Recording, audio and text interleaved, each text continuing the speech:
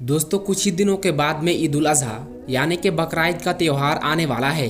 इसलिए सबसे पहले सभी इस्लामी भाई बहनों को एडवांस में बकरीद की बहुत बहुत मुबारकबाद। अगर आपका दिल करे तो आप भी हमें कमेंट बॉक्स में बकरीद की मुबारकबाद दे सकते हैं। दोस्तों, आज की इस वीडियो में हम आपको बकरीद के हवाले से कुछ ऐसी जानकारी देने वाले हैं जो हर मुसलमान को जानना बेहद ज़रूरी है। जैसे कि बकरीद पर किस इंसान को कुर्बानी करना ज़रूरी है और किस इंसान के लिए कुर्बानी करना ज़रूरी नहीं है। और यही नहीं, साथ ही हम आपको ये भी बताने वाले हैं कि हाल ही में उत्तर प्रदेश के मुख्यमंत्री योगी आदित्यनाथ ने बकरीद को लेकर क्या बड़ा बयान दिया है और इस बार बकरीद पर कौन कौन सी पाबंदियां लगाई है, जिसके बारे में जानना आप सभी के लिए बहुत ज़रूरी है। इसलिए आज का ये वीडियो आप सभी के लिए बहुत ही खास है। आप इस वीडियो को आखिर तक ज़रूर देखिएगा। तो चलिए दोस्तों, आज की इस वीडियो को शुरू करते हैं। दोस्तों, बकरीद का त्योहार जिलहिज्जा के 10, 11 और 12 तारीख को मनाया जाता है। ईद उल फितर के बाद ये इस्लाम का दूसरा सबसे बड़ा त्योहार है। इस त्योहार को सुन्नत इब्राहिमी और ईद कुर्बा के नाम से भी जाना जाता है। जिस तरह से ईद उल फितर रोजे रखने की खुशी में मनाया जाता है, उसी तरह से ईद उल अजहा भी हज पूरा होने की खुशी में मनाया जाता है। ईद उल अजहा के दिन सभी मुसलमान भाई सबसे पहले ईदगाह में जाते हैं और ईद की खास नमाज अदा करते हैं। उसके बाद अपने अपने घरों में आकर अपने पाले हुए जानवरों की कुर्बानी करते हैं। याद रखें, बकरीद पर अल्लाह ताला की रजा के लिए कुर्बानी करना बहुत बड़े सवाब का काम है। और जो शख्स बकरीद के मौके पर अल्लाह की राह में कुर्बानी देता है तो वो बड़ा खुशनसीब होता है। मगर इसके साथ ही आप इस बात को भी याद रखें कि जिन लोगों पर कुर्बानी करना वाजिब है और फिर भी अगर वो शख्स बकरीद के मौके पर कुर्बानी नहीं करते हैं तो ऐसे लोग सख्त गुनाहगार होंगे। कुछ लोगों का तो ये मानना है कि कुर्बानी सिर्फ ऐसे लोगों पर ही वाजिब होती है जो अच्छे खासे पैसे वाले होते हैं, यानी कि जिनके पास गाड़ी बंगला होता है, जिनके पास बहुत सारी प्रॉपर्टी होती है, यानी कि जो लखपति और करोड़पति होते हैं। ऐसे लोगों पर ही कुर्बानी वाजिब होती है।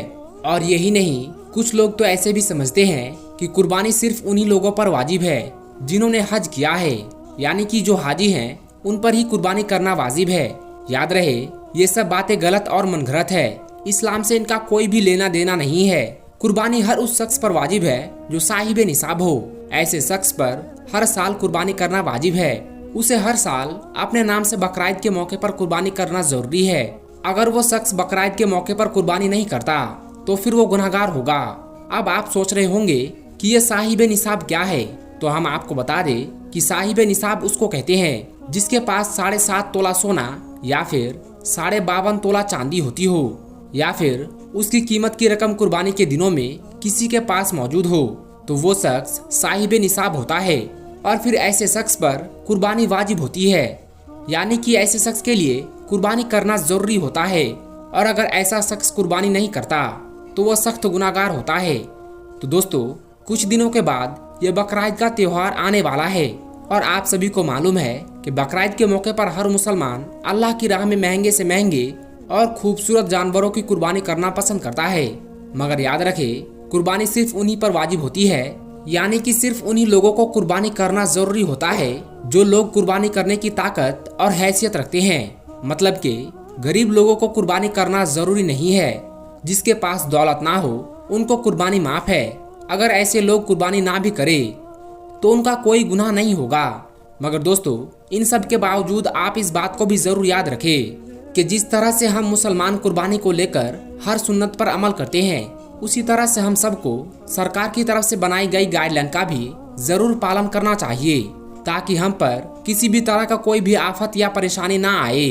इसलिए आप सबसे ये गुजारिश है कि इस बार बकरीद के मौके पर सरकार की तरफ से जो भी गाइडलाइन आई है, आप उसका जरूर पालन करें, यानी कि आप उसको बिल्कुल भी अनदेखा ना करें। इसका मतलब ये है कि आप बकरीद मनाते वक्त कोई भी ऐसी वैसी गलती ना करें जो सरकार की गाइडलाइन के खिलाफ हो और जिसकी वजह से आप अपने साथ साथ अपने घर और परिवार को भी किसी मुसीबत में धकेल दे और फिर आपको जिंदगी भर पछताना पड़े। आप कोई भी ऐसी गलती इस बार बकरीद के मौके पर ना करें। दोस्तों, जैसा कि आप सब लोग जानते हैं कि बकरीद हजरत इब्राहिम अलैहिस्सलाम की सुन्नत है, जिसको अल्लाह तबारक व तआला ने हम मुसलमान पर वाजिब किया है। इसलिए हर साल बकरीद के मौके पर हर मर्द और औरत कुर्बानी करना चाहते हैं। मगर अब सवाल ये उठता है कि बकरीद पर मुसलमान कुर्बानी किस तरह से करे, यानी कि कौन कौन से जानवरों की कुर्बानी की जाए और ऐसे कौन से जानवर है जिनकी कुर्बानी मुसलमान ना करे, और कुर्बानी के बाद में कुर्बानी के गोश्त का क्या किया जाए, और जानवरों के खून और खाल का इंतजाम कैसे किया जाए। इन सब बातों के बारे में सीरत की किताबों में तफसील के साथ में बयान किया गया है। मगर इसके अलावा बकरीद के मौके पर सरकार भी अपनी तरफ से और अपने हिसाब से एक खास गाइडलाइन जारी करती है।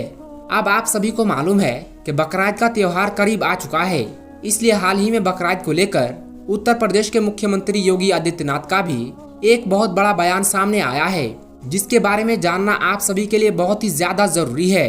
इसलिए आप इस वीडियो को जरा भी स्किप मत करना, आप इसको आखिर तक गौर से जरूर देखना।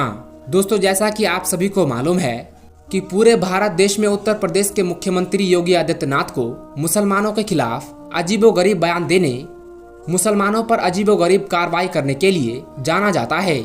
योगी आदित्यनाथ कभी नमाज के ऊपर गलत बयानबाजी करते हैं, तो कभी अजान को लेकर गलत बयानबाजी करते हैं, तो कभी योगी सरकार बेकसूर मुसलमानों के घरों पर बुलडोजर चलाने के आदेश जारी करते हैं। इसी वजह से यूपी में योगी सरकार के बनने से लेकर अब तक जितनी बार भी बकरीद का त्योहार आया है, हर बार बकरीद के मौके पर कुर्बानी को लेकर एक संदेशा बना रहता है। यानी कि हर बार यही संदेशा बना रहता है कि पता नहीं इस बार योगी सरकार कौन से आदेश जारी करेगी, पता नहीं कौन सी अजीबोगरीब गाइडलाइन जारी करेगी, क्योंकि बकरीद के मौके पर हर बार योगी आदित्यनाथ के तरह तरह के अजीबोगरीब बयान सामने आते रहते हैं। दोस्तों, योगी सरकार ने इस बार यानी कि बकरीद 2024 पर जो बड़ा बयान दिया है, उनमें से जो सबसे पहला और सबसे बड़ा बयान दिया है वो है गाय को लेकर। यानी कि इस बार योगी सरकार ने गाय की कुर्बानी को रोकने के लिए अपने आला अधिकारियों को सख्त निर्देश दिए हैं।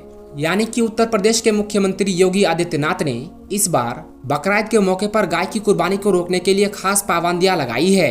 इसके लिए योगी सरकार ने अपने आला अधिकारियों को यह सख्त निर्देश दिया है कि वो इस बात का सख्ती के साथ पालन करवाए, क्योंकि आप सभी को मालूम है कि गाय के साथ हिंदू भाइयों की आस्था जुड़ी हुई है।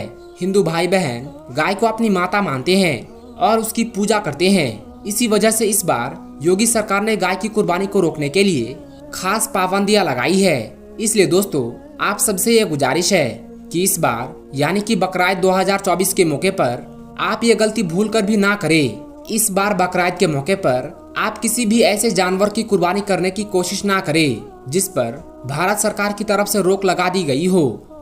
यानी कि आप किसी भी ऐसे जानवर की कुर्बानी करने की कोशिश मत करना जिसके साथ करोड़ों हिंदू भाइयों की आस्था जुड़ी हुई है। अगर आप बकरीद के मौके पर यह गलती करोगे तो याद रखना, आप अपने साथ साथ फिर अपने घर, परिवार और काम के लिए भी परेशानी का सबब बन सकते हो। इसके अलावा योगी सरकार ने खुले में कुर्बानी करने पर भी रोक लगाई है और साथ ही योगी सरकार ने अपने आला अधिकारियों को ये सख्त हुक्म दिया है कि इस बार बकरीद के मौके पर कोई भी मुसलमान नदी नालों में कुर्बानी के जानवर का खून बहा ना पाए। यानी कि इस बार नदी नालों में कुर्बानी का खून बहाने पर भी रोक लगा दी गई है। याद रखें, इस बारे में तो हदीस पाक में भी कई मर्तबा जिक्र आया है कि कुर्बानी के मौके पर आप कोई भी ऐसा वैसा काम ना करें जिससे दूसरे धर्म के लोगों को परेशानी होती हो। यानी कि कुर्बानी के जानवर के खून को ऐसे ही नदी नालों और रास्तों पर बहाने का हुक्म नहीं दिया गया है। इसलिए इस बार आप ये गलती भूल कर भी ना करें। कुर्बानी के जानवर के खून को आप वहीं पर एक गड्ढा खोदकर उसमें दफन कर दे। इसके अलावा योगी सरकार ने अपना तीसरा फरमान ये जारी किया है कि इस बार बकरीद के मौके पर कोई भी मुसलमान खुले में यानी कि पब्लिक प्लेस पर कुर्बानी ना करे। यानी कि इस बार खुले में कुर्बानी करने पर भी पूरी तरह से रोक लगाई गई है। और यही नहीं, साथ ही सामूहिक कुर्बानी करने पर भी रोक लगाई गई है। इसका मतलब ये है कि इस बार आप भीड़ लगाकर भी कुर्बानी ना करें। मतलब कि दोस्तों, बकरीद के मौके पर कुछ लोग मिलकर और भीड़ लगाकर जो बड़े जानवरों की कुर्बानी करते थे, तो इस बार योगी सरकार ने इस पर पूरी तरह से रोक लगा दी है। इस बार योगी सरकार ने यह साफ कर दिया है कि बकरीद पर जिस किसी को भी कुर्बानी करनी हो तो वो अपने अपने घरों में रहकर ही कुर्बानी करे। यानी कि भीड़ लगाकर सामूहिक कुर्बानी ना करे। इसके अलावा योगी सरकार ने अपना अगला फरमान ये जारी किया है कि इस बार बकरीद के मौके पर कोई भी झूठी अफवाह ना फैलाए। इसके लिए योगी सरकार ने अपने आला अधिकारियों को इसका पालन करवाने के निर्देश दिए हैं। इसके अलावा योगी सरकार ने यह भी कहा है कि जो लोग कुर्बानी के जानवर की फोटो या वीडियो सोशल मीडिया पर अपलोड करके माहौल खराब करने की कोशिश करते हैं तो उन पर भी कार्रवाई की जाए। इसलिए दोस्तों इस बार बकरीद के मौके पर आप ये गलती भूल कर भी ना करें और कुर्बानी के जानवर की कोई भी फोटो या वीडियो सोशल मीडिया पर अपलोड करके किसी भी तरह का कोई दिखावा ना करें। याद रखें, कुर्बानी सिर्फ और सिर्फ अल्लाह की रजा के लिए की जाती है, किसी दिखावे के लिए नहीं। इसलिए आप कुर्बानी के जानवर की फोटो या वीडियो सोशल मीडिया पर अपलोड करके कुर्बानी के जानवर की बेहुरमती ना करें। कुर्बानी सिर्फ और सिर्फ अल्लाह की रजा के लिए और पूरे इखलास के साथ करें।